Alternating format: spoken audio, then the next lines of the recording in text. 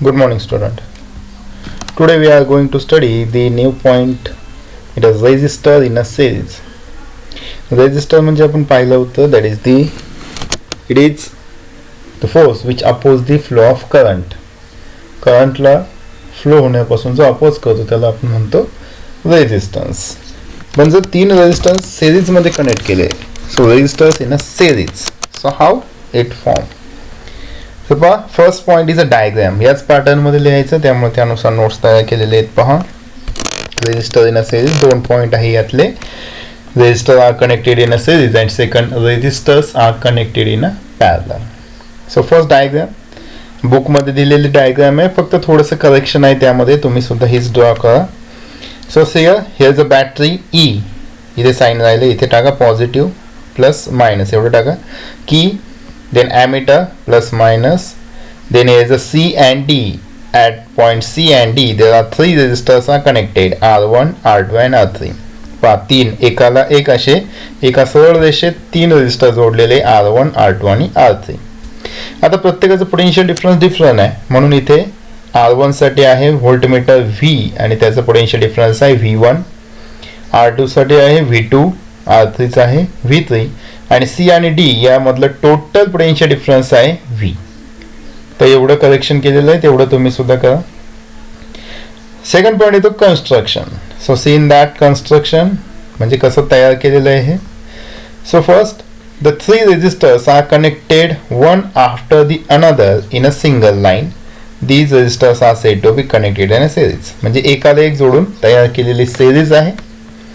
In such an arrangement, the same current flows through each resistors. अशा वेळेस same current flow होत असतो, म्हणजे I जो आहे तो सेम आहे, बदलत नाही. Remember this. So same current flow through this. The value of current is I and the potential difference between C and D is V. म्हणजे आपण जनरल घेतो ना, पोटेन्शियल करंटला आपण सिम्बॉल दिला I आणि पोटेन्शियल डिफरन्स साठी V. The three resistors R1, R2 and R3 are connected in a series in a circuit if V1, V2, V3 are potential differences of every resistor R1, R2 and R3 respectively. म्हणजे प्रत्येकामध्ये प्रत्येकाचं potential difference किती असणार, V1, V2 आणि V3.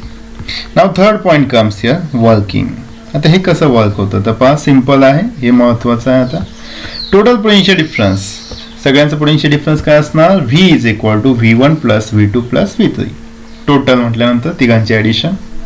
According to Ohm's law the effective resistance V is equal to I into RS. आता Ohm's law काय सांगतो, V is equal to IR simply, that is the current flowing through the conductor is directly proportional to potential difference, that is V is equal to IR. हा formula आहे, आपण पाहिला होता, V is equal to IR.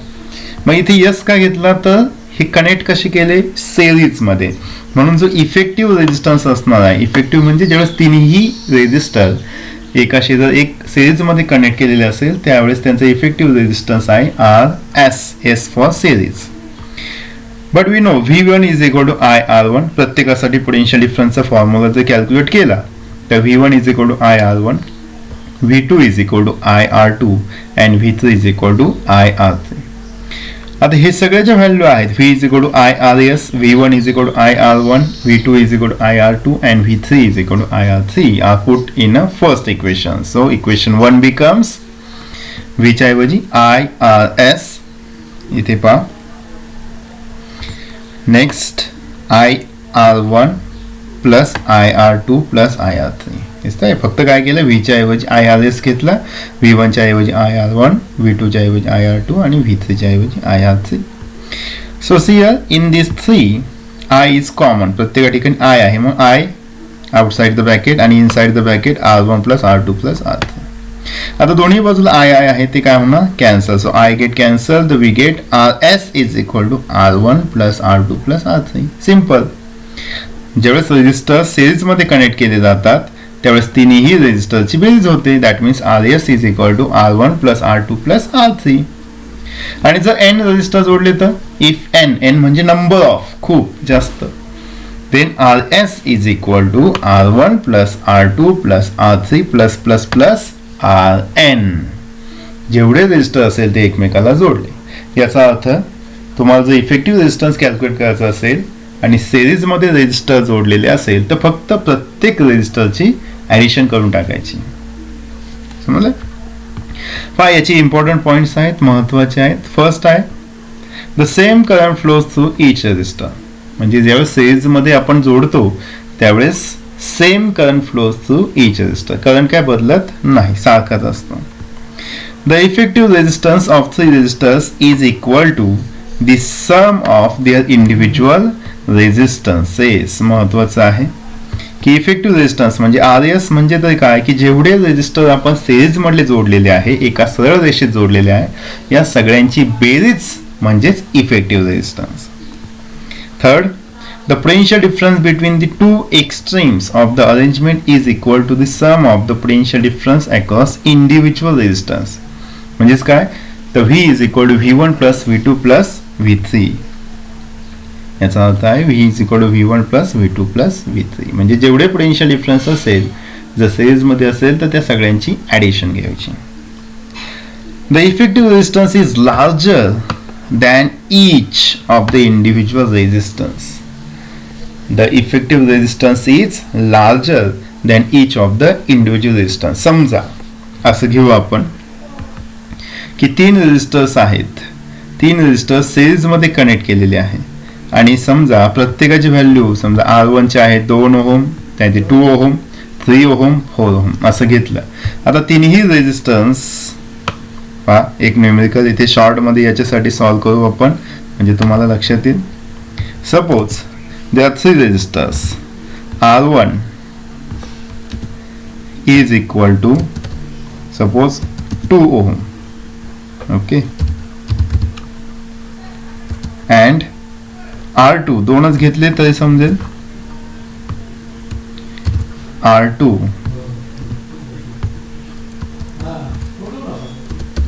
Is equal to 3 ohm असं घेऊ. आता आपल्याला जर इफेक्टिव्ह रेजिस्टन्स कॅल्क्युलेट करायचा असेल तर सिरीज मध्ये किती येणार RS is equal to R1 plus R2. या दोघांची काय करणार आपण ॲडिशन करणार. R1 प्लस R2 बरोबर.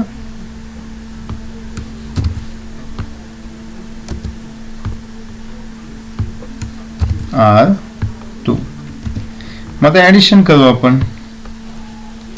ॲडिशन किती येणार 2 plus 3 is equal to 5 ohm. काय दिसतंय नीट पहा. आता इफेक्टिव्ह रेजिस्टन्स हा आहे RS is equal to 5 ohm आणि इंडिव्हिज्युअल होते 2 आणि 3. याचा अर्थ the effective resistance is larger. हा जो आहे इफेक्टिव्ह ज्यावेळेस सिरीजमध्ये कनेक्ट करतो त्यावेळेस त्याची व्हॅल्यू इतरांपेक्षा नक्कीच जास्त असणार कारण त्यांच्या ॲडिशन पासून तयार झालेले असते. And last, this arrangement is used to increase the resistance of circuit. पहा इथे रेजिस्टन्स वाढलेला आहे म्हणजे याची अरेंजमेंट कशासाठी केली जाते to increase the resistance of circuit. Resistance वाढवायचा असेल तर सिरीज मध्ये. ओके. सेकंड पॉइंट आहे रेजिस्टर इन अ पॅरलल. दोन्ही कंपेअर मध्ये लगेच लक्षात येईल, समजून घ्या. रेजिस्टर्स इन अ पॅरलल ज्यावेळेस पॅरलल ते कनेक्ट केले असेल त्यावेळेस काय दिसेल. सपोज डायग्राम पहिल्या डायग्राम मध्ये पाहता तिथे सिरीज मध्ये होते, इथे पॅरलल आहे. पॅरलल म्हणजे एकाखाली एक R1 R2 आणि R3 पॅरलल लाईन दिसतात पहा R1 R2. पुन्हा इथे बॅटरी आहे प्लस मायनस की emitter. There is 2 points C and D. In between there are 3 resistors are connected parallel. 3 resistance parallel आहे R1 R2 R3. आता या तिघांचं जे पोटेन्शियल डिफरन्स आहे ते सेमच असणार कारण जो डिफरन्स आहे C आणि D मधला तो बदललेला नाही पॅरलल असल्यामुळे. त्याच्यामुळे पोटेन्शियल डिफरन्स इथे बदलत नाही पण करंट मात्र बदलतो कारण इथे जो करंट आहे I त्याला 3 पाथ आहे. हा R1 मधून जाईल, R2 मध्ये जाईल, R3 म्हणजे हे काय होतात डिवाइड होतात म्हणजे ते होतात I1 I2 आणि I3. तर पुन्हा इथे D वर आले की ते पुन्हा एकत्र येतात आणि पुन्हा I तयार होतो. समजला. याचा अर्थ समजा इथून 10 गाड्या निघाल्या, 2 इकडे गेल्या, 5 इकडे गेल्या आणि 3 इकडे गेल्या. 2 5 3 8 आणि 3 10 झाल्यात बरोबर. पण इथे आल्यानंतर पुन्हा एकाच पॉइंटला आल्यात म्हणजे 2 3 5 आल्या त्या पुन्हा किती होणार 10. याचा अर्थ सी आणि डी ला सेम करंट असणार, पण R1 R2 आणि R3 मध्ये जाणारा मात्र बदलत जाणार, I1 I2 आणि I3. समजलं? Next point is a construction. आता सोपं आहे. Resistors are set to be connected in a parallel when their ends are connected to both sides. म्हणजे दोन्ही साइडला जर एंड प्रत्येकाची कनेक्ट करत गेलो तर ते पॅरलली दिसतात आपल्याला. The figure shows three resistors R1, R2 and R3 are connected in a parallel between points C and D, and V is the potential difference between C and D. R1, R2 आणि R3 हे तीन resistors parallel जोडलेले आहे C आणि D मध्ये, and the difference potential difference is V. तो काय बदलत नाही, so V is the potential difference. Let I1, I2 and I3 be the currents flowing through R1, R2 and R3 respectively. म्हणजे R1 मधून I1 जातोय, R2 मधून I2 current जातोय आणि R3 मधून I3. Okay. Next point is working. Simple. आता working मध्ये कुठून सुरुवात होणार? सेम काय आहे तर करंट इथे, सॉरी सेम काय नाही तर करंट सेम नाही. वरती पोटेन्शियल डिफरन्स सेम नव्हता, इथे करंट सेम नाही, मग तिथून सुरुवात होईल. The total current flowing through the electric circuit is I is equal to I1 plus I2 plus I3. This is the equation first. Let RP, P for parallel, let RP be the effective resistance between C and D. Then according to Ohm's law, आता तिथे V is equal to IR होता, आता इथे I हवाय, so I is equal to V upon RP, P for parallel. Similarly I1 साठी येणार V upon R1, I2 साठी V upon R2 and I3 is equal to V upon R3.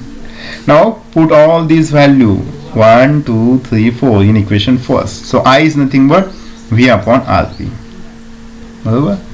I1 is nothing but V upon R1 plus I2 V upon R2 and I3 V upon R3. पुन्हा पहा, इथे पहा प्रत्येक ठिकाणी V काय दिसतंय? Common आहे. बरोबर आहे? तिन्ही ठिकाणी V काय आहे? कॉमन आहे. सो यांची काही गरज नाही. सो इथे पहा तिन्ही ठिकाणी V कॉमन होता, तो कॅन्सल झाला, शिल्लक राहिलेला आहे 1 upon RP is equal to 1 upon R1 plus 1 upon R2 plus 1 upon R3. हाला effective resistance 1 upon RP is equal to 1 upon R1 plus 1 upon R2 plus 1 upon R3. समजताय? जर n resistors connect केले तर काय होईल? So see the 1 upon RP is equal to 1 upon R1 plus 1 upon R2 plus 1 upon R3 plus 1 upon Rn. Parallel मध्ये जोडल्यानंतर या पद्धतीने हे रेशो येत चालतात. याला म्हणतात resistors are connected in a parallel. आता यांचे सुद्धा काही कॉमन पॉइंट्स आहेत. कोणकोणते ते पहा. फर्स्ट इम्पॉर्टंट पॉइंट आहे, the inverse of effective resistance is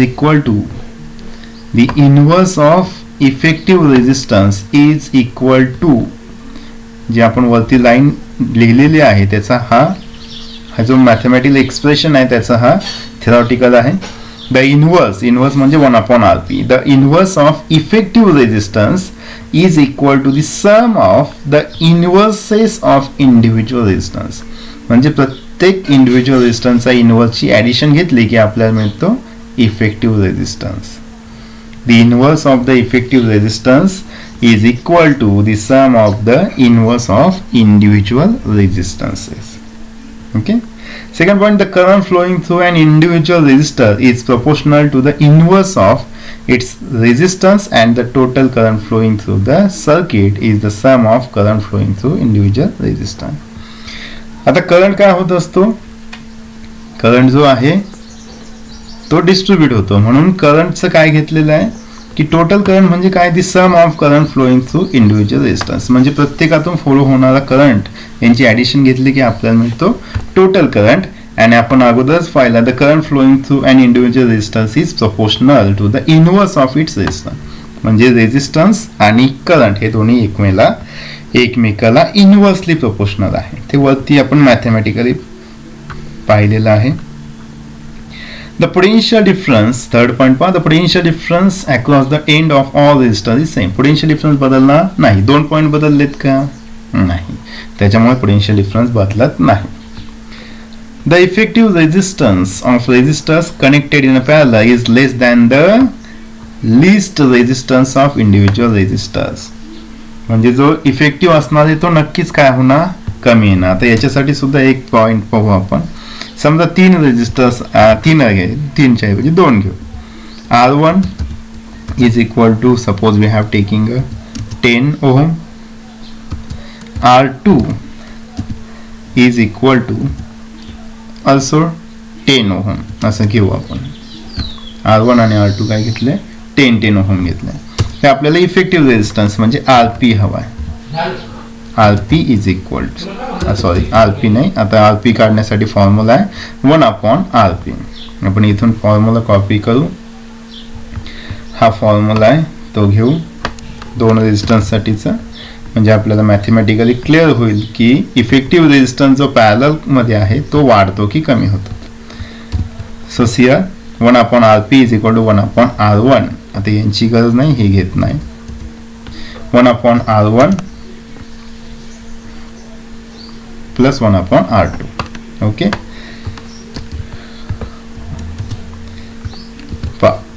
आता इथे RP शोधायचं आहे, तर R1 ची व्हॅल्यू किती आहे ती घेऊ. It is 10 ohm. Next R2 सुद्धा आपण 2 घेतलेले 10च आहे, सेम आहे असं घेऊ. आता बघा इथे बेस आहे 10 दोन्ही सेम आहेत, तर काय होणार, एकच घेणार आपण. आणि इथे 1 + 1 या दोघांची काय होणार, ऍडिशन होणार. राईट, पहा मग दोघांचा बेस सेम आहे, दोघांचा बेस सेम आहे, त्याच्यामुळे तो आपण कॉमन घेऊ आणि इथे 1 + 1 घेऊ. दोघांचा बेस सेम आहे म्हणून 1 + 1. राईट, इक्वल टू, आता 1 + 1 म्हणजेच किती, 2. म्हणजे इथे ना 2 आणि खाली 10 येणार. ठीक आहे, आता मला सांगा आपल्याला 1/RP कॅल्क्युलेट करायचं आहे का, नाही, आपल्याला काय हवं आहे, RP हवा आहे. मग RP is equal to RP is equal to, आपल्याला आता काय करावं लागेल, आपण 1/RPचा काय घेतला, रेसिप्रोकल घेतला, तसंच याचा सुद्धा रेसिप्रोकल घेऊ. मग रेसिप्रोकल घेतला किंवा इनव्हर्स घेतला तर काय येणार, 2/10च्या ऐवजी येणार 10/2. लक्षात आलं. आता 10/2 म्हणजे किती, व्हॅल्यू आहे 5. आता नीट पहा, आपले दोन्ही रेजिस्टन्स होते 10 आणि आन्सर आले 5 ओहम. म्हणजे इफेक्टिव्ह रेजिस्टन्स काय वाढलाय की कमी झालाय, कमी झालेला आहे. राईट, म्हणजे ज्यावेळेस आपण रेजिस्टन्स पॅरलल मध्ये कनेक्ट करतो त्यावेळेस तो रिड्यूस होतो, कमी होतो. मग तीच 5th लाईन आहे. This arrangement is use to reduce the resistance in a series. म्हणजे पॅरलल रेजिस्टर्स कनेक्ट केव्हा केले जातात, ज्यावेळेस आपल्याला रेजिस्टन्स कमी करायचा असतो, आणि सिरीज मध्ये करतात ज्यावेळेस आपल्याला रेजिस्टन्स वाढवायचा असतो. लक्षात आले. जर आपण हे दोन्ही कम्पेअर केले तर पहा कशा पद्धतीने दिसतात.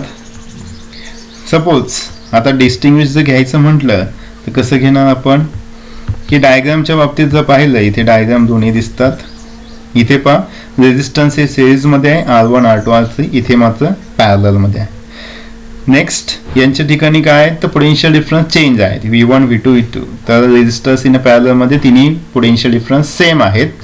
इथे करंट सेम आहे सिरीज मध्ये, पण पॅरलल मध्ये करंट डिफरंट आहे.